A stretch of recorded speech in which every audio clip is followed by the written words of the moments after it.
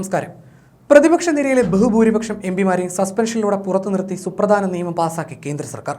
രാജ്യത്തെ ക്രിമിനൽ നിയമം പൊളിച്ചെഴുതുന്ന സുപ്രധാനമായ ഈ ബില്ലുകളാണ് കേന്ദ്ര സർക്കാർ എതിർ ശബ്ദങ്ങളില്ലാതെ ലോക്സഭയിൽ പാസാക്കിയത്. ക്രിമിനൽ നിയമങ്ങൾ പരിഷ്കരിക്കാൻ ലക്ഷ്യമിട്ട് കേന്ദ്ര സർക്കാർ കൊണ്ടുവന്ന ഭാരതീയ ന്യായ സംഹിത, ഭാരതീയ നാഗരിക് സുരക്ഷാ സംഹിത, ഭാരതീയ സാക്ഷ്യ ബില്ലുകളാണ് ലോക്സഭയിൽ പാസാക്കിയത്. നേരത്തെ ഓഗസ്റ്റിൽ അവതരിപ്പിച്ച ബില്ലുകൾ പിൻവലിച്ച് ഭേദഗതി വരുത്തിയ ശേഷം പുതിയ ബില്ലുകളായി ചൊവ്വാഴ്ച വീണ്ടും കേന്ദ്ര ആഭ്യന്തരമന്ത്രി അമിത്ഷാ ലോക്സഭയുടെ പരിഗണനയ്ക്ക് വെച്ചിരുന്നു. പ്രതിപക്ഷത്തെ 2 എംപിമാരും സസ്പെൻഡ് ചെയ്യപ്പെട്ട് പുറത്തു നിൽക്കുമ്പോൾ ശബ്ദ വോട്ടോടെയാണ് ബില്ലുകൾ ലോക്സഭയിൽ പാസാക്കിയെടുത്തത്. 1860 ഇന്ത്യൻ ശിക്ഷാ നിയമവും 1898 ക്രിമിനൽ നടപടിച്ചട്ടവും 1872 ഇന്ത്യൻ തെളിവ് നിയമത്തിനും പകരമായിട്ടാണ് യഥാക്രമം ഭാരതീയ ന്യായ സംഹിത, ഭാരതീയ നാഗരിക് സുരക്ഷാ സംഹിത, ഭാരതീയ സാക്ഷ്യ നിയമങ്ങൾ കേന്ദ്ര ആഭ്യന്തരമന്ത്രി അമിത്ഷാ ലോക്സഭയിൽ അവതരിപ്പിച്ചത്. പുതിയ ക്രിമിനൽ നിയമങ്ങൾ സംബന്ധിച്ച് പാർലമെന്റിൽ കേന്ദ്ര ആഭ്യന്തരമന്ത്രി അമിത്ഷാ പ്രസ്താവന നടത്തി. പുതിയ ക്രിമിനൽ നിയമങ്ങളിൽ ആൾക്കൂട്ടാക്രമണത്തിന് വധശിക്ഷയാണ് ശുപാർശ ചെയ്തിരിക്കുന്നതെന്ന് അമിത്ഷാ പറഞ്ഞു. രാജ്യദ്രോഹ നിയമം ഒഴിവാക്കാനും തീരുമാനിച്ചിട്ടുണ്ടെന്നും അദ്ദേഹം കൂട്ടിച്ചേർത്തു. രാജ്യത്തിന്റെ സ്വാതന്ത്ര്യ സമര സേനാനികളെ ദീർഘകാലം ജയിലിലിട്ടത് ഈ നിയമം ഉപയോഗിച്ചാണെന്നും അമിത്ഷാ പറഞ്ഞു.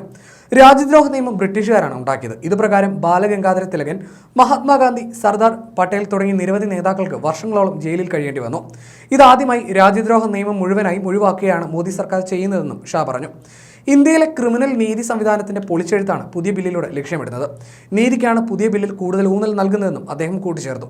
അമിത്ഷാ ബില്ല് അവതരിപ്പിക്കുമ്പോൾ പ്രതിപക്ഷ ബെഞ്ചിൽ 11 അംഗങ്ങൾ മാത്രമാണ് ഉണ്ടായിരുന്നത്. പ്രതിപക്ഷമില്ലാത്ത പാർലമെന്റിൽ ക്രിമിനൽ ബിൽ, തെരഞ്ഞെടുപ്പ് കമ്മീഷൻ ബിൽ തുടങ്ങിയ നിർണായക ബില്ലുകൾ പാസാക്കിയെടുക്കാനാണ് നീക്കമെന്ന് നേതാക്കൾ നേരത്തെ ആരോപിച്ചിരുന്നു.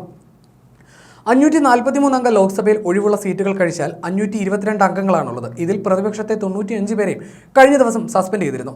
കേരളത്തിൽ നിന്നുള്ള എംപിമാരായ തോമസ് ചാഴിക്കാടനെയും AM ആരിഫിനെയും ബുധനാഴ്ചയും സസ്പെൻഡ് ചെയ്തിരുന്നു. ഇതിന് പിന്നാലെയാണ് ബില്ലുകൾ പാസാക്കുന്നത്. സഭയിൽ ബാക്കിയുള്ള 45 പ്രതിപക്ഷ എംപിമാരിൽ 34 പേരും നിർണായക ഘട്ടങ്ങളിൽ സർക്കാരിനെ പിന്തുണയ്ക്കുന്ന YSR, കോൺഗ്രസ്, ബിജു ജനതാദൾ പാർട്ടികളിൽ നിന്നുള്ളവരാണ്. എംപിമാരെ സസ്പെൻഡ് ചെയ്ത കേന്ദ്ര സർക്കാർ നടപടി ഏകാധിപത്യത്തെ കൂട്ടുപിടിച്ച് BJP സർക്കാർ ജനാധിപത്യത്തെ തകർക്കാൻ ശ്രമിക്കുകയാണെന്ന് തങ്ങളുടെ ആരോപണത്തെ ശരിവെക്കുന്നതാണെന്ന് മല്ലികാർജ്ജുൻ ഖാർഗെ ഇന്നലെ ആരോപിച്ചിരുന്നു. പൗരന്മാരുടെ അവകാശങ്ങളെ തടയുന്ന അതിക്രൂരമായ അധികാരക്രമങ്ങൾ അനുവദിക്കുന്ന ക്രിമിനൽ നിയമ ഭേദഗതി പോലെയുള്ള പ്രധാന ബില്ലുകൾ പരിഗണനയ്ക്ക് വെച്ചതായി നമുക്ക് എല്ലാവർക്കും അറിയാം. ഈ ബില്ലുകൾ ചർച്ച ചെയ്യപ്പെടുമ്പോൾ പ്രതിപക്ഷ സ്വരം രാജ്യത്തെ ജനങ്ങൾ കേൾക്കാതിരിക്കാനാണ് മോദി സർക്കാരിന്റെ ശ്രമം.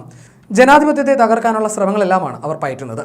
പാർലമെന്റിലുണ്ടായ ഗുരുതരമായ സുരക്ഷാ വീഴ്ചയെക്കുറിച്ച് കേന്ദ്ര ആഭ്യന്തരമന്ത്രി പ്രസ്താവന നടത്തണമെന്നും അതേക്കുറിച്ച് വിശദമായി ചർച്ച നടത്തുകയും ചെയ്യണമെന്ന ഞങ്ങളുടെ ആവശ്യങ്ങൾക്ക് യാതൊരു മാറ്റവുമില്ലെന്നും മല്ലികാർജ്ജുൻ ഖാർഗെ ഇന്നലെ വ്യക്തമാക്കിയിരുന്നു.